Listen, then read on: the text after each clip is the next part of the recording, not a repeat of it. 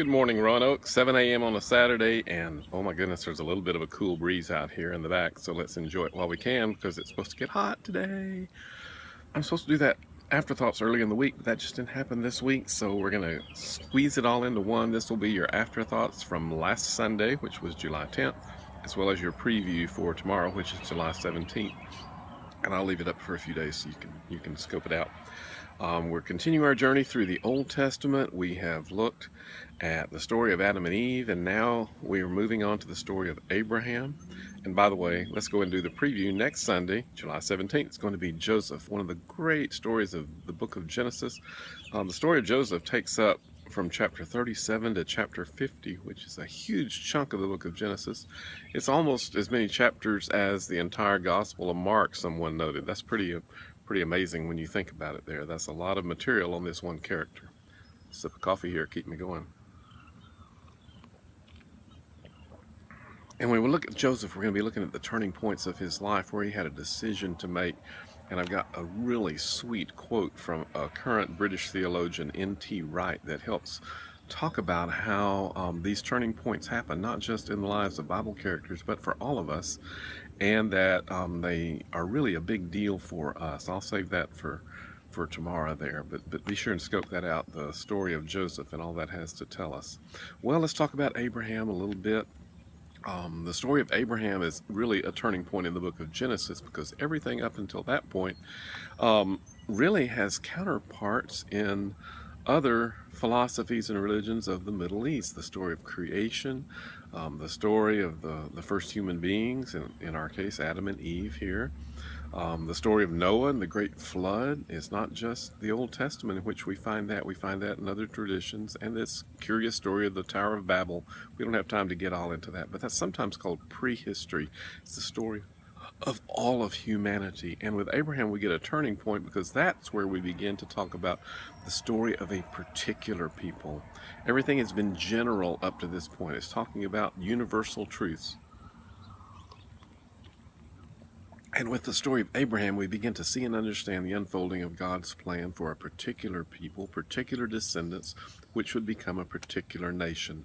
Now, by the way, as the Bible gets more particular with the story of Abraham and his descendants, with the coming of Jesus, we see that begin to reverse. Actually, we even begin to see it in the Old Testament prophets, how God's focus now has not been to get simply narrow, but to use the particular focus through Israel to wind up being a blessing to all of humanity. And if you'll notice, we'll even catch that in the story of Abraham himself, this very beginning of what we call the patriarchs, the fathers and the mothers of our faith. Well, Abraham and Sarah are the ones we're talking about today. And what we see is so amazing is that we actually learn very little about Abraham's early life. The drama actually begins when he's 75 years old, a time when most of us have one thing on our mind: slow down and settle down. 75 is not that far away from me. I'm a lot closer to 75 than I am to 21. I hate to admit it. And so I'm already thinking about what's going to happen when I hit my 70s. Well, it involves certainly some new things, but by and large, I'm thinking of a time of life when my adventures are sort of over, and I wonder if Abraham and Sarah weren't thinking the same way. But something amazing happened because the Word of God came to, at that point they called him Abram. I'm just going to say Abraham. But Abraham got that message from God, and it goes like this. We see it at the very beginning of Genesis 12. I'm going to look down to read it so I get it right. The Lord said to Abram, "Go from your country, your people, and your father's family. Go to the land I will show you. I will make you into a great nation, and I will bless you, and I will make your name great." A few interesting things about that call was, it doesn't say where, and it doesn't say why. Let me tell you, if I have a message from God, those are the two things I'm going to ask. Where do you want me to go, and why? Give me a reason. Maybe I'll be spectacular and obey. Maybe I'll be a model of obedience, but for goodness sakes, don't just tell me to start walking down the road. But that's kind of the way it came. Oh my goodness. Abraham 75, Sarah 65, and God says, let's go, Abraham. I'll show you where you're going. Get started. And oh my goodness, I'm not sure how ready I would be.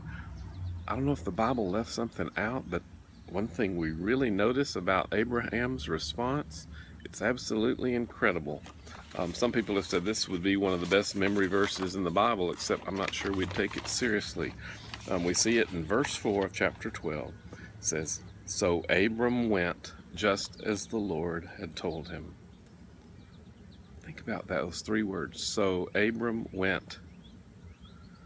He'd just been given a tall order, him and Sarah. And his response? He went. He went. Listen to that again. He went. Get up and go. I'll show you where. No explanation of why. 75 and 65. And shouldn't just say he, we should say they went.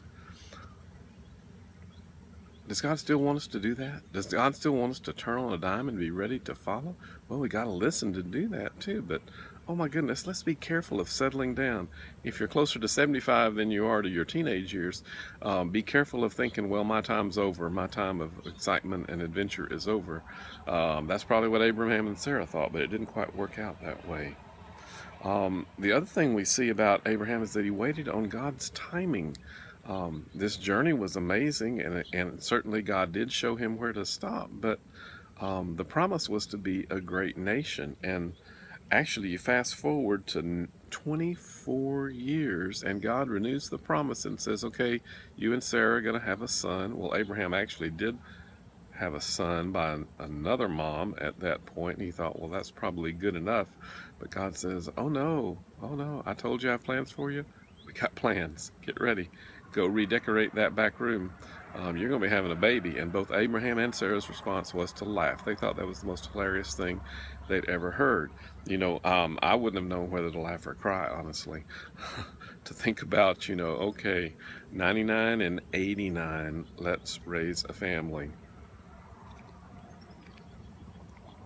At this point, they're not thinking about settling down. They're just thinking about making it through the day. But God says, has a chore for them. But truly, Abraham indeed waited, and he was obedient. And sure enough, the child of the promise came to be Isaac. Now, a little bit of a genealogy here, just to remind us.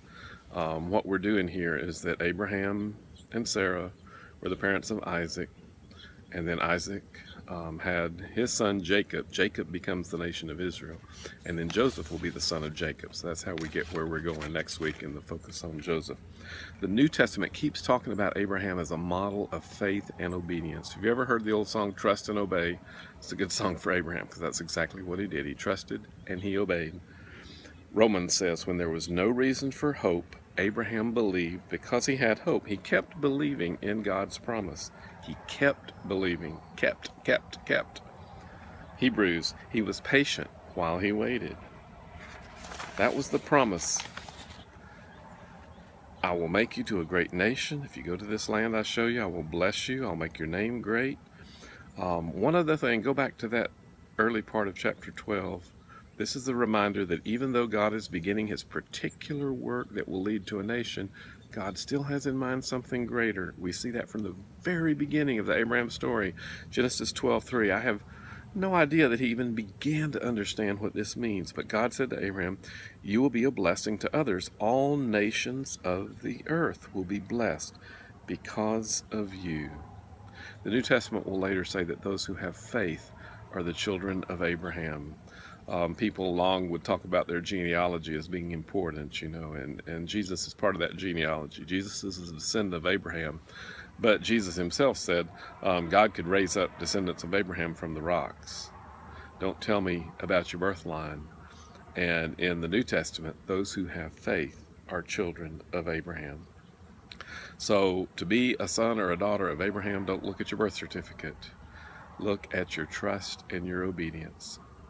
Let me tell you, friends, I've even seen a change in my own lifetime in what that means for pastors. Let me be honest. As Methodists, back in my early days, we grew up with the idea, okay, you decide to be a Methodist preacher, you get some great opportunities, but basically you take your choice out of it. You just go where you are sent. And that is still part of the covenant. We call that itineracy, that we don't go figure out what we want to do and where we want to do it. A little bit like Abraham, not quite so rough because, we don't journey out on foot.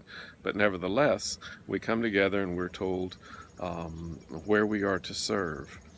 And we say we'll joyfully go do that. It may not be what we have picked, but we will do that. And so every pastor in good standing gets a church, and every church gets a pastor. But in my younger years, I began to hear pastors say funny little things. They'd say, well, I heard about this church, but I would never live there. I could never live in that school district. I thought, oh my goodness, can you imagine Abraham saying that? Oh, before I go, Lord, tell me what school district this is going to be. Let me check the school zones. Let me do a little real estate search here. Is there a Whole Foods market close by? Now, I get that. That's the way everybody else talks, and I guess pastors and Christians aren't exempt there. But, heavens. Look at the model of faith. Look what God's people are called to do, and it is still true. Don't just settle in and say, as some people would say, God bless what I am doing.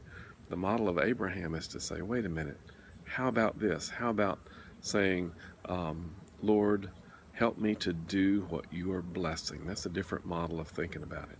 Great lessons from the life of Abraham and Sarah, and we look forward to continuing that journey this coming Sunday as we look at the focus on Joseph.